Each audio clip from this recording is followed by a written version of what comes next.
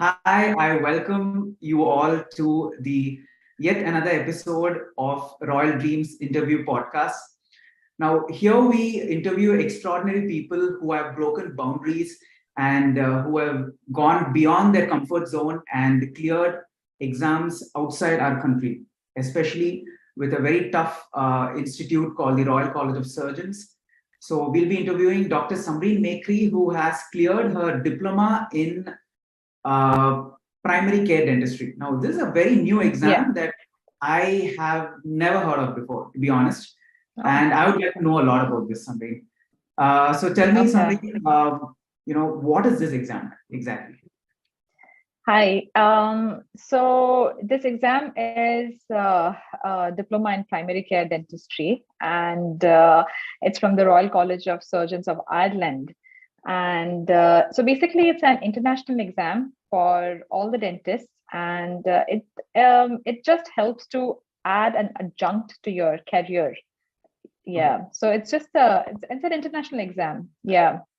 All right. So it's an international exam for designed for BDS graduates who want to add on to their CV to get some sort of a Yes.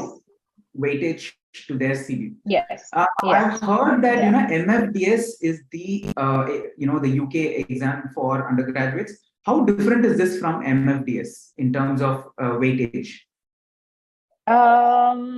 In terms of weightage, it's pretty same.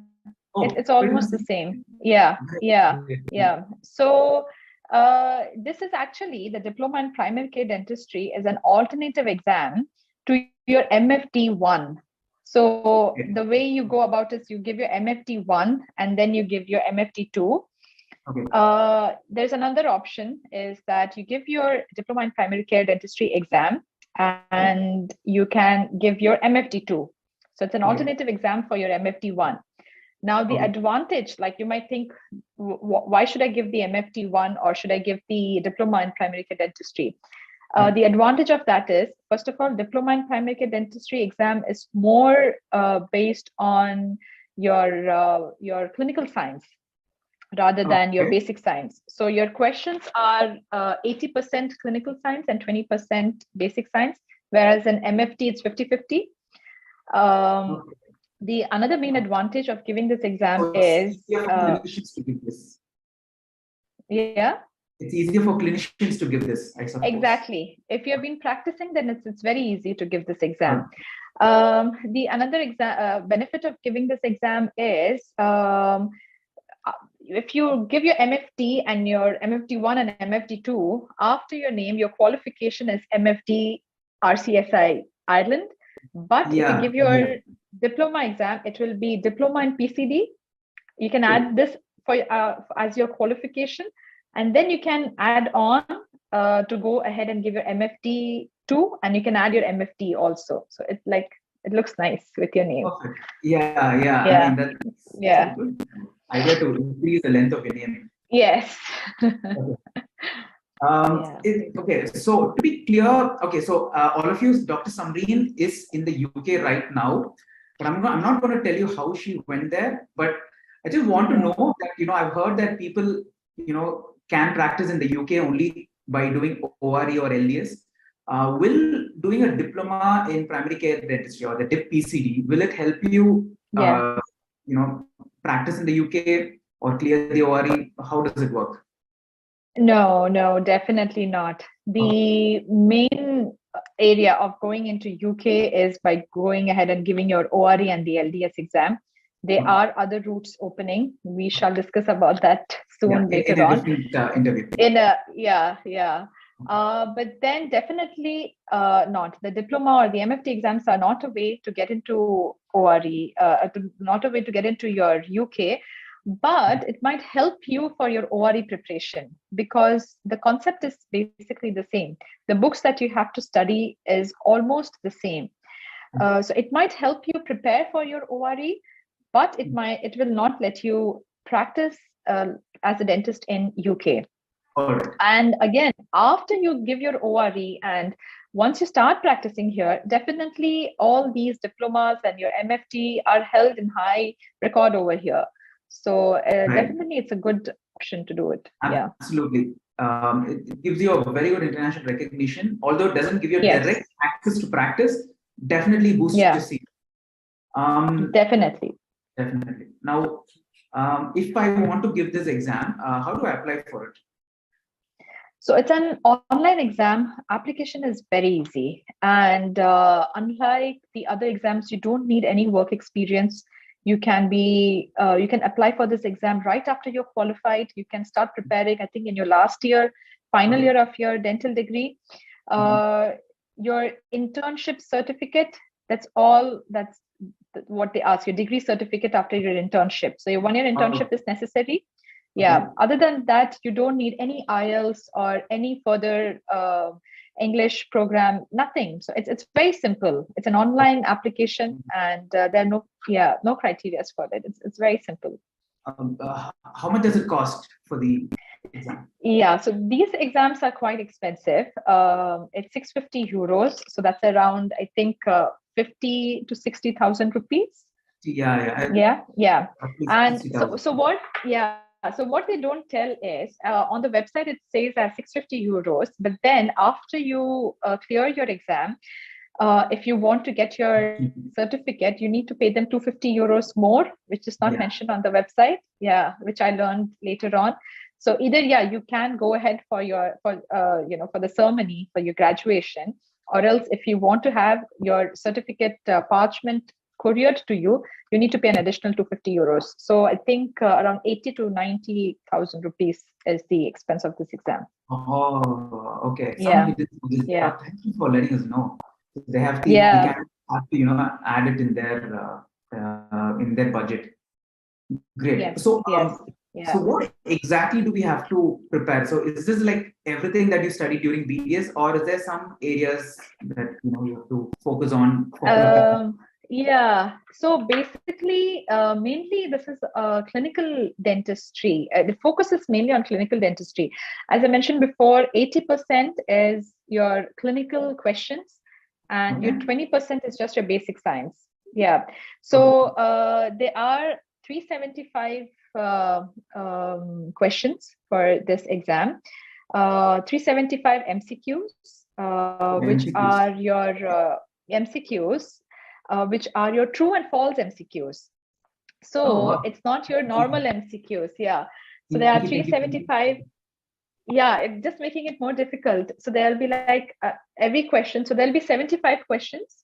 And from that one question, there will be 5 statements. They'll explain a scenario and they'll give you 5 statements, and they'll be true or false. So you need to select if it is true or false. Yeah. So that's one part of the exam. The second part have 33 questions, and this is your single best answer. So this is also very tricky because multiple choice questions, generally there's one correct answer from all the options. Yeah. And your single best answer, all of them can be correct, which is the best option. Yeah. So it's quite tricky. Yeah. That's okay. So this is basically just a theory paper, just one theory paper, but a long. Yes. How many hours does it last? Yeah. It's 3 hours. 3 hours online. You don't have to be here. You can give it from anywhere. It's an online exam. What they do check is you need to have a good internet connection for this exam. Yeah. And you need to have a webcam, because before starting the exam, they will ask you to show around your environment. You need to just turn your PC or your laptop, and you have to get up, you have to turn around. So basically make sure that you don't have anything around. If you're having a water bottle, it has to be clear. You're just allowed one paper and a pen to write down notes or whatever. Yeah. So it's a 3-hour exam. It's quite manageable.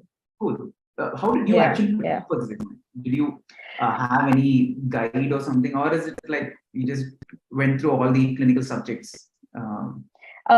So basically what they generally say to go ahead with your ORE or your MFDS, your MFD, the basic ones are your pink book and the blue book. So that's your Oxford Clinical Dental book, the handbook. Yeah. So these are your Bibles that you have to know in and out. Every word written in there is important. So definitely that I went ahead, and there are these past test books are there. There are best of fives, there are EMQs, there are MCQs are there. So these books are very good, very relevant. It gives Okay. you the actual way, what kind of questions they ask. So these, the past test books are very helpful. But what I would suggest is, if do your past test, do your handbook, and see which area you are lacking in. And I would say go ahead and study more in that area. So for me, I feel basic science, I wasn't that good at it, physiology especially. So I went ahead and I saw YouTube videos, especially this guy called Ninja Nerd. He was excellent. His videos are at length, very comprehensive. But once you see their videos, you will never forget. So Osmosis and Ninja Nerd. So I feel you need to get a whole understanding of the subject, and any question after that they ask from that particular matter, you'll be able to answer it. So yeah, some people also suggested do master's dentistry, master in clinical dentistry, volume 1, volume 2. Yeah. Yes, those are also very comprehensive. I couldn't finish them because I had 3 months to do my exam. So I think these were more than enough. Your pass test and your Oxford handbooks. Okay, and these videos were basic sciences, so they do ask a lot of basic sciences as well. No, they ask a lot of clinical dentistry, but I am aware of clinical dentistry. So I lack in basic science. So I went ahead and I did a lot of basic science practice. Nice. So how many months do you think a clinician would need, and how many hours per day do you think you have to study for this? I feel months. 3 months. I studied for 3 months. So what another tip I would like to say is, always book your exam and then start preparing, rather than you're just preparing and then okay, next month I'll book my exam, and okay, I'm not prepared enough. Okay, next month, because I've given 3 exams, like I've given the hard exam, I've given this diploma exam. This is what I've learned. So I feel always book for your exam, and then you can start preparing for it, because you will know the timeline that you have, and you can structure your studies in that way. So since I was actively working as a dentist also, I feel 3 to 4 hours, every day for 3 months. I think that's more than enough for this exam. Okay. 4 hours for 3 months. That's what you recommend. 3 months. Yeah. If you have recently graduated, or if you're still not practicing, so if you have more time in hand, I think two months also is sufficient. But seeing that how much amount of money you have spent for this exam, I would say give yourself time, but not time of 6 months also. 6 months, you'll get lost, right? what to study. Exactly. So I feel the apt time is around 3 months. Okay. And rightly said, I think even the Emendo exam that we train, we encourage the students to study all the time.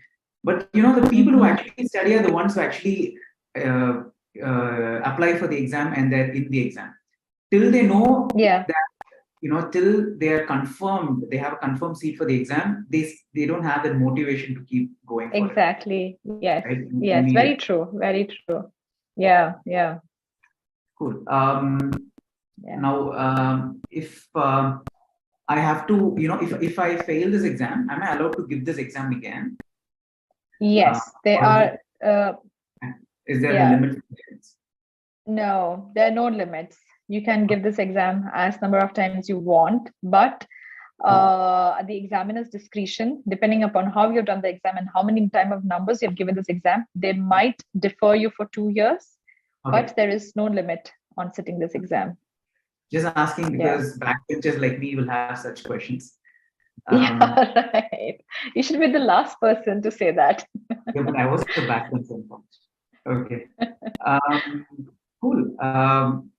Okay, so it was interesting that you told me that you gave the hard and DHA and stuff.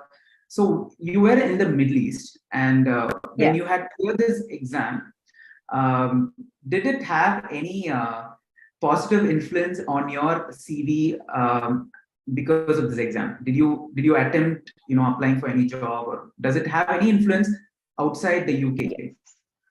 Yes, definitely. Definitely. Especially, I can vouch for you, especially in Middle East, there is a huge, the demand and supply is a little crazy out there. There are a lot of dentists, BDS graduates, especially, because it's really easy to start practicing over there. You just need to give your hard exam or your DHA or MOH exam, and you can start practicing. So there are a huge amount of dentists over there, and not much, group of people too. So if you're having a degree like MDS, you get paid well, you are selected for your jobs. It's pretty easy. But if you're just with your BDS and not enough of exposure or experience, then you really struggle to find a job. And every other dentist in good hospitals over there who are BDS graduates have these degrees. They have done MFDS or MFD. So definitely this acts as an adjunct for your CV. It helps you to get selected for your jobs in your Middle East. Not even in Middle East, even here, like most of I had to apply for the universities that I'm studying in. And I feel since I've cleared the diploma in PCD exam, it was a real good for my letter that I had to write to the university. And the professors over here also, one of the first questions what they ask are who have done the masters, like who are a member of the Royal College Surgeons. So definitely, they definitely see for that over here. And that you give, because I think that the Royal College degrees really boost up your CV for universities, especially when they want to take you as a student, especially. So I would recommend anybody. I mean, I don't know if I'm right, but by what you're saying, I feel that we should recommend any BDS graduate who's planning to move outside India. They should be considering this exam, especially in UK. It is a quite important exam. If they're planning to do further studies in the UK, definitely they have to be giving this exam. Definitely, yeah. I've known a couple of friends who are trying to clear this before starting to give their university applications in the UK for the master's degree. So it just boosts up your CV or your your applications to the university. I think the university is looking for people with good clinical experience. So I think this is the way for them to assess. And also for your personal growth, because your concepts become so clear when you're going through these questions, and many things in theoretically we might forget, but then going through these questions and going through the topics help you become better as a dentist, when you're practicing. So for your personal growth also, I feel these exams are very, very, very relevant. Absolutely. I think as a clinician, every 3 to 4 years, you have to do something to keep updating yourself. True. You bring up the topic that, it's very difficult for a BDS graduate to find a job in the Middle East. I would say that's true even for an MDS graduate. I've had friends who literally struggle to land a job after MDS as well. And they are looking to do fellowships with the Royal College because they want to stand out. At the end of the day, I think in today's day and age, we have to be extraordinary. That is the term. True. You have to stand out from the rest. And I think the Royal College gives a platform for people to, showcase their expertise. So I think what you're doing is great. I really respect it. Thank you so much. So I think I've covered all my questions. Is there any last words you'd like to tell the young graduates who are looking, to build their CV and build their career? What do you like to say to them?